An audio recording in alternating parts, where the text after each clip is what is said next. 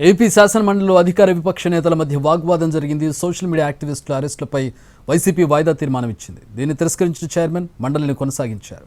అదే వైసీపీ సభ్యులు నినాదాలు చేయడంతో అధికార పక్షం సభ్యులు మండిపడ్డారు. సరైన ఫార్మాట్లో వస్తే చర్చకు సిద్ధమని చెప్పింది అధికార పక్షం.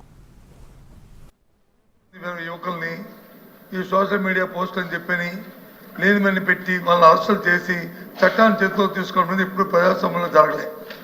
మీరు వేరే ఫార్మాట్ లో రండి, మీరు వేరే ఫార్మాట్ లో రండి. వాయిదా తీర్మానం తిరస్కరించిన తర్వాత దాన్ని అలౌ చేయడం జరగదు.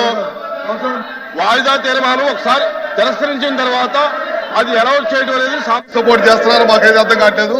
అంటే సోషల్ మీడియాలో మహిళల పట్ల అసభ్యంగా మాట్లాడే వాళ్ళకి సపోర్ట్ చేయడానికి ఇక్కడికి వచ్చారు, వీళ్ళు ప్రశ్నలు అడగడానికి వచ్చారు అనేది మాకు అర్థం కావట్లేదు. ఎందుకంటే గతంలో చూసాం, ఆ సభలో ఆ రోజు ముఖ్యమంత్రిగా ఉండి జగన్మోహన్ రెడ్డి గారు చంద్రబాబు నాయుడు గారు కుటుంబ సభ్యుల్ని ఈ విధంగా మాట్లాడుతుంటే ఆ రోజు ఎకిల్ నవ్వులనేవి సమాజం తలదించుకునే విధంగా చేయడం జరిగింది. తర్వాత పవన్ కళ్యాణ్ గారి కుటుంబాన్ని, అదేవిధంగా అనితా గారిని, మినిస్టర్ అనితా గారిని కాకుండా లాస్ట్ కి జగన్మోహన్ రెడ్డి గారి స్వయాన చెల్లెలను కూడా ట్రోలింగ్ చేసి ఇబ్బంది పెట్టిన పరిస్థితి ఎదుర్కొందన్నమాట ఈ రాష్ట్రంలో. దేనికి సపోర్ట్ చేస్తున్నారో మాకైతే అర్థం కావట్లేదు. ఎందుకంటే ఈ రోజు ఏదైతే వైఎస్ఆర్సీపీ సభ్యులు నిజంగా చాలా సిగ్గుచేటటువంటి విషయం.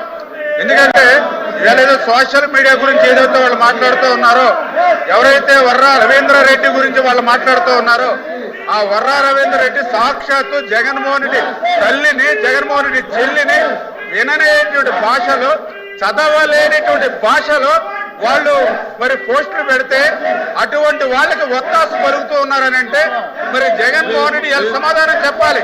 సొంత తల్లి మీద, సొంత చెల్లి మీద పోస్టులు పెట్టినటువంటి వ్యక్తిని వెనకేసుకొస్తూ ఉన్నాడని అంటే జగన్మోహన్ రెడ్డి ఏ స్థాయిలో జగదారిపోయాడు ఈ రోజు అంతా కూడా అర్థమవుతున్నటువంటి పరిస్థితి అధ్యక్ష. ఎందుకంటే